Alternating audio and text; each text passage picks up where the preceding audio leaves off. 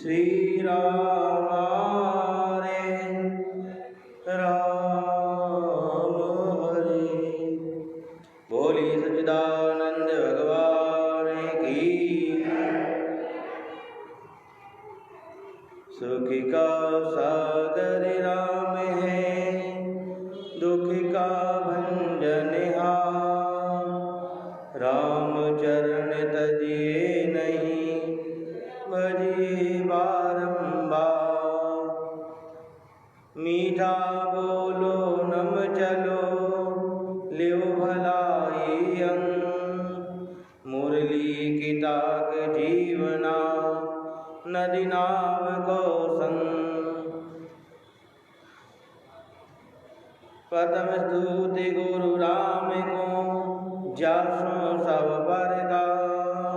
भूत भविष्य वर्तमान सन, तिनको मुरली दार। तुलसी मीठे बचन ते, सुख उपजत चहु ओर। वशीकरण एक मंत्र है, परिहरम वचन कठोर। दया धर्म का मूल है, पाप मूल अभिमान।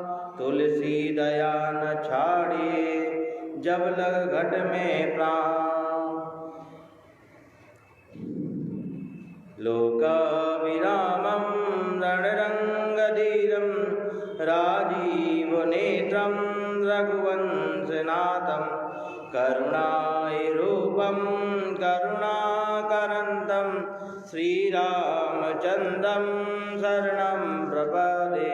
श्रीरामचन्द्रं शरणं प्रपदे। मनोजवं मारुततुल्यवेगं, जितेन्द्रियं बुद्धिमतां वातात्मजं वानरयूथमुख्यं। श्रीरामदूतं शरणं प्रपदे। श्रीरामदूतं शरणं प्रपदे। आइए परब्रह्म परमात्मा के चरणाल बिंदों में प्रणाम करते हुए, वंदन करते हुए, अंधकार से प्रकाश की तरफ ले जाने वाले सद्गुरु भगवान, जिनके श्री चरणों में मन बुद्धि चित्त को अर्पण करते हुए आज की पावन कथा को प्रारंभ करते हैं। श्री राघवेंद्र सरकार के लाडले भक्त श्री हनुमान जी महाराज, जो अपने लिए कुछ भी नहीं करते हैं, केवल अपने स्वयं का कोई कार्य नहीं है, केवल परमात्मा का कार्य और परमात्मा के भक्तों का कार्य। ऐसे श्री हनुमान जी महाराज को गोस्वामी श्री तुलसीदास जी महाराज अपनी कवितावली के माध्यम से प्रसन्न करने का प्रयास कर रहे हैं। गुरु के चरणों में पहुंचे हैं तो वहाँ मन को पवित्र करने का प्रयास करो। यही हनुमान चालीसा प्रारंभ में हमको सिखाती है। और गुरु के चरणों में पहुंच करके मन अगर पवित्र नहीं हुआ, मन साफ नहीं हुआ, तो फिर हम संकटों से, विपदाओं से, दुख से, कलेश से, विकारों से हम छूट नहीं पाएंगे। इसीलिए इतने दिनों से रोज हम श्री हनुमान चालीसा का वर्णन सुनते चले आ रहे हैं।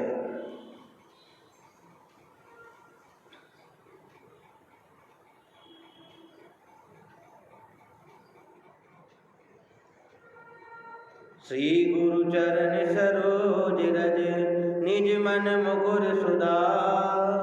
वरनौ रघुवर विमल जसु, जो दायक फल चार।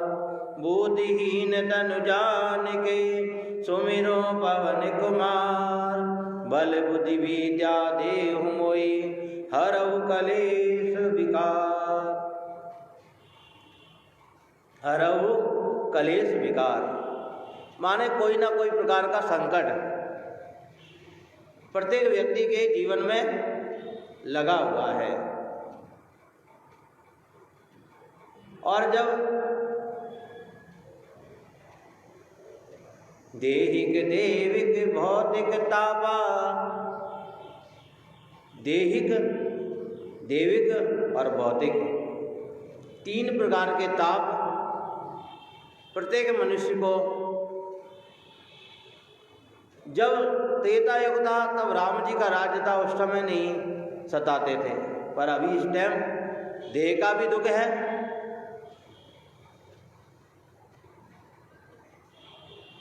और देविक दुख भी है और संसार के जो भौतिक सुख है उनसे भी आज के समय में दुख है। संसार के भौतिक सुखों को इकट्ठा किया किस लिए? सुख के लिए, परंतु दुख ही दुख है। और जब संसार में दुख ही दुख है तो उन दुख रूपी संकटों से छुड़ाने का कारण ऐसा कोई माध्यम, कोई रास्ता, कोई किनारा हमें सूझता नहीं है कि हम कहाँ जाकर के बैठ जाएं जहाँ हमारे ये संकट छूट जाए। तब चित्रकूट के घाट पर बैठ कर के तुलसी बाबा कहते हैं, श्री राम जय राम जय जय राम, श्री राम जय राम, श्री राम जय राम जय जय राम, श्री राम जय राम राम, श्री राम जय राम जय जय राम।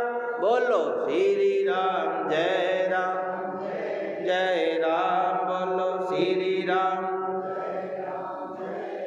तब तुलसी बाबा लिखते हैं हनुमान चालीसा के अंदर कि संकट ते हनुमान छुड़ावे, श्री राम जय जय राम, संकट ते हनुमान छुड़ावे, श्री राम जय जय राम, बोलो श्री राम जय राम। पर कैसे छुड़ाएंगे? वहाँ जाने छूट जाएंगे क्या? नहीं, केवल हनुमान जी के दर्शन करने से हम सोचें हमारे संकट छूट जाएंगे तो नहीं, क्योंकि तुलसी बाबा आगे लिखते हैं, इतना तो हमने पढ़ लिया, जीवन में उतार भी लिया कि संकट जीवन में आ जाए तो हनुमान जी के पास चले जाओ, पर उन संकट को जीवन में जब घिराव हो गया और हम हनुमान जी के पास पहुंच गए फिर भी संकट नहीं छूटते किसी किसी के। तो क्या कितने ही राम राम करे, कितना ही महाराज सुंदरकांड का पाठ करे, कितना ही हनुमान चालीसा का पाठ करे, कितना ही रोज दर्शन करे, प्रणाम करे, परंतु फिर भी संकट नहीं छूटते। क्यों? क्योंकि तुलसी बाबा आगे वर्णन करते हैं, संकट कटे मिटे सब पीरा, संकट ते हनुमान छुड़ावे, मन क्रम वचन ध्यान जो लावे, श्री राम जय जय राम, श्री राम जय राम, मन क्रम वचन ध्यान जो लावे, मन क्रम वचन ध्यान जो लावे, संकट ते हनुमान छुड़ावे, संकट ते हनुमान छुड़ावे, श्री राम जय जय राम, श्री राम जय राम। चौपाई को उल्टा पढ़ो, सीधा नहीं पढ़ना है कि मन कर्म वचन ध्यान जो लावे, मन से कर्म से वचन से जो ध्यान करेगा उसके संकट छूटेंगे। हम तो सीधा पढ़ लेते हैं, सोचते हैं हनुमान जी के दर्शन करने से संकट छूट जाएंगे, परंतु तुलसी बाबा तो कहते हैं किसी जीव पर चाहे कितनी भी विपत्ति आ जाए, आपत्ति आ जाए, दुख आ जाए, संकट आ जाए, कष्ट आ जाए, घोर कष्ट संकटों में पड़ जाए, ऐसी स्थिति में सब आश्रय छोड़ करके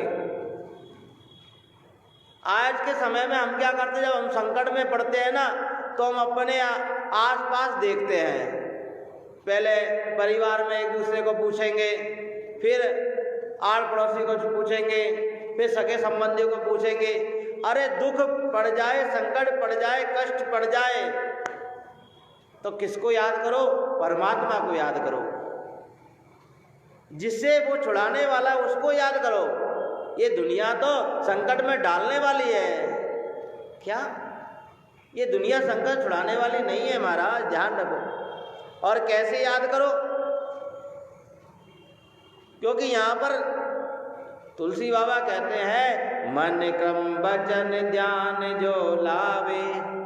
मन से, वचन से, शरीर से जो आपका ध्यान करते हैं। क्या? अब महाराज कई लोगों देखा मैंने, फोन चलता रहेगा और दर्शन करते रहेंगे, जूते चप्पल पहन कर के दर्शन करते रहेंगे, और उनको पूछो क्या कर रहे हो? अरे आपको दिखता नहीं है, आपकी आंखें नहीं है क्या? कई बार तो बहस हो जाती है हमारी, क्या करें?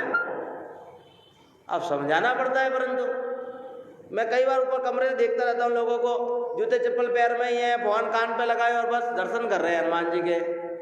हैं? अब ऐसी तो हमारे संस्कार हो गए हैं कि देवता के आगे भी हमको कैसे ध्यान लगाना है यही नहीं पता है हमको। और फिर कहते हैं, हे हनुमान जी महाराज मेरे संकट दूर करो। हैं? इसका मतलब या तो कहीं ना कहीं तुलसी बाबा भांग खा करके हनुमान चालीसा लिख कर चले गए हैं, या तो उनको समझ नहीं थी, या हमको समझ नहीं है। दो में से किसी को तो कमी होगी ना।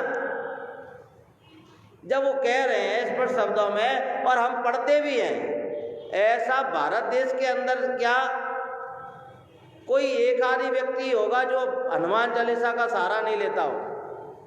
नहीं तो सब लोग हनुमान चालीसा तो पढ़ते ही है। रामायण पढ़े या नहीं पढ़े, सुंदरकांड पढ़े या नहीं पढ़े, पर हनुमान चालीसा जरूर पढ़ेंगे। और संकट से छूटने का यहाँ उपाय तुलसी बाबा कहते हैं कि मन से, वचन से, शरीर से जो भी आपका ध्यान कर लेता है। कई लोग शरीर से तो पहुंच जाते हैं पर मुख से नहीं बोलते हैं, मुख से नहीं बोलते, दूसरों से बातें करते रहेंगे और कहते हैं भैया क्या कर रहे हो? दर्शन कर रहे हैं हम। भगवान सामने खड़े तो भी इधर कहीं मुंह, कहीं इधर, कहीं उधर। यहाँ क्यों आए हो? किस लिए आए हो यहाँ? बताओ। अरे महाराज दर्शन करने आए हैं, तो दर्शन सामने है कि इधर उधर है? बताओ ना मुझे। फिर कहते हैं महाराज हम हनुमान चालीसा का पाठ करते हैं। क्या? अरे पाठ ऐसे ही होता है क्या? भगवान की कृपा ऐसे ही होती है क्या? ये तो हमारे पागल जैसी स्थिति है। फिर तो हम पागल हैं, हम समझदार नहीं हैं। एकाग्र भाव, बस और कुछ नहीं देखना है। जहाँ आए हैं वहीं पर ही हमारी उपस्थिति होना चाहिए। जिसके पास आए हैं तब जाकर के कहीं हम संकट से छूट पाएंगे। अर्थात आपकी शरण में आते हैं, उनके सारे के सारे कलेश छूट जाते हैं। श्री राम जय राम, जय जय राम, श्री राम जय राम। बोलो श्री राम जय राम, जय जय राम। बोलो श्री राम जय राम, जय राम। श्री राम जय राम, जय जय राम। श्री राम जय राम, जय जय राम। बोलो श्री राम। तो तुलसीदास जी ने सर्व संकट हरण, माने सबरे संकट का हरण, ध्यान का वर्णन इस प्रकार लिखते हैं। क्योंकि ध्यान करोगे परमात्मा का, क्योंकि तुलसी बाबा लिख रहे हैं मन कर्म वचन ध्यान जो लावे। ध्यान करने की कह रहे हैं ना। ध्यान कहाँ है? ध्यान कहाँ है आपका? घर चला गया ना, परिवार में चला गया, बीवी बच्चों में चला गया, सगे संबंधी में चला गया, पर कहाँ खड़े थे? महाराज हम तो गीता भवन में थे। गीता भवन में थे क्या? तीन चीजें बताई हैं, मन से, कर्म से, वचन से। अब शरीर से तो गीता भवन में थे, परंतु मन से, मन कहाँ चला गया? गीता भवन से बाहर चला गया। शरीर तो आ गया कुर्सी पे बैठने के लिए, पर मन नहीं आया। बोलो।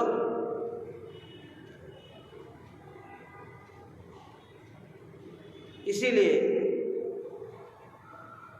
मन साथ में होना चाहिए, और मन साथ में नहीं होगा तो महाराज फिर ध्यान नहीं कर पाओगे। क्योंकि कहते हैं ना, कभी कोई चलते चलते ठोकर लग जाए तो क्या कहता है बगल वाला, आपका ध्यान कहाँ है? बोलो राम जी महाराज की। सीधे बैठो पहले सभी लोग, ऐसे बैठो जैसे घर में आए हो। हैं? ये क्या है? ये आप लोगों के लिए स्कूल है, ध्यान रखना। और यहाँ मेरा डांटने का फर्ज है पूरा, और जिसे डांट अच्छी नहीं लगे तो बाहर कुर्सी ले जा सकता है, क्योंकि ये तो स्कूल मास्टर मैं ही हूँ। और क्या, ये ध्यान रखो, हम कहाँ बैठे? भगवान के सामने बैठे हैं। और ऐसे अब सभ्यता छोड़ करके बैठेंगे तो भगवान जाने, मेरे को क्या, मैं तो आंखें बंद करो सुना लूँगा। क्या फिर ठाकुर जी जाने भैया, क्यों भाई? सही बात है ना, मेरे को तो आंखें बंद करके भी सुनाना आता है। कल से मुंह पे पट्टी लगा कर एक आंख पे ही पट्टी लगा लिया करेंगे, किसी को देखना ही नहीं है। क्या फिर आपकी जैसी मर्जी हो वैसे करना आप। अरे हमको इतना तो संस्कार है कि बड़ों के सामने कैसे बैठते हैं, और भगवान तो त्रिलोकीनाथ है। अरे महाराज क्यों मजाक बना रहे हो? ये तो पत्थर है। ओहो अच्छा, मुझे नहीं पता था ये पत्थर है। अगर हम इसको भगवान मानते तो उसके सामने अभद्र व्यवहार नहीं करते, संस्कार दिखाते। अब क्या करें? इसीलिए जीवन में सत्संग बहुत जरूरी है। और फिर कहते हैं महाराज कि हमारे संकट से हम कैसे छूटे, हम दुखी हैं। अरे हम हमारे अंदर संस्कार लाएंगे तो संकट से अपने आप छूट जाएंगे। बोलिए राम जी महाराज की। इसीलिए तुलसी बाबा कहते हैं, संकट ते हनुमान छुड़ावे, मन क्रम वचन ध्यान जो लावे। गीता भवन में तो देखो कितनी अच्छी सुविधा है कि दरी बिछी है, दरी के ऊपर कुर्सी रखी है। इस इंदौर के अंदर छतरी बाग में रामद्वारा है, जहाँ सत्संग जब प्रारंभ होता है हजारों लोग आते हैं, पर वहाँ बैठने के लिए आपको कंकड़ी मिलेगी।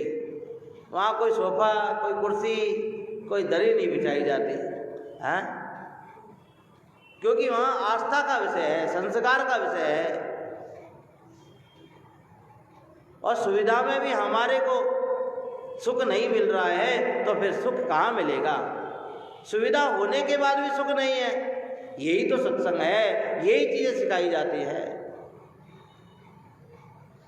तब तुलसी बाबा कहते हैं कि सुख चाहिए, संकटों से दूर होना है तो मन क्रम वचन ध्यान जो लावे।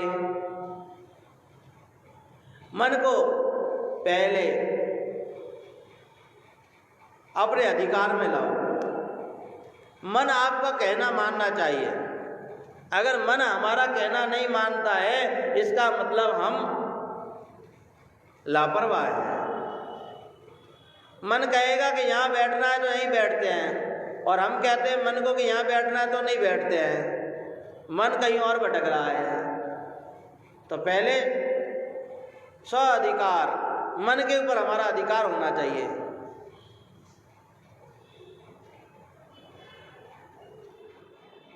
इसीलिए मन को साधना में ले जाओ।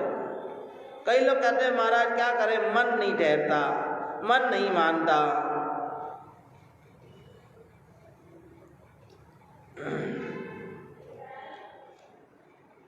क्योंकि संपूर्ण कर्म फल भोगने का मुख्य कारण मन है।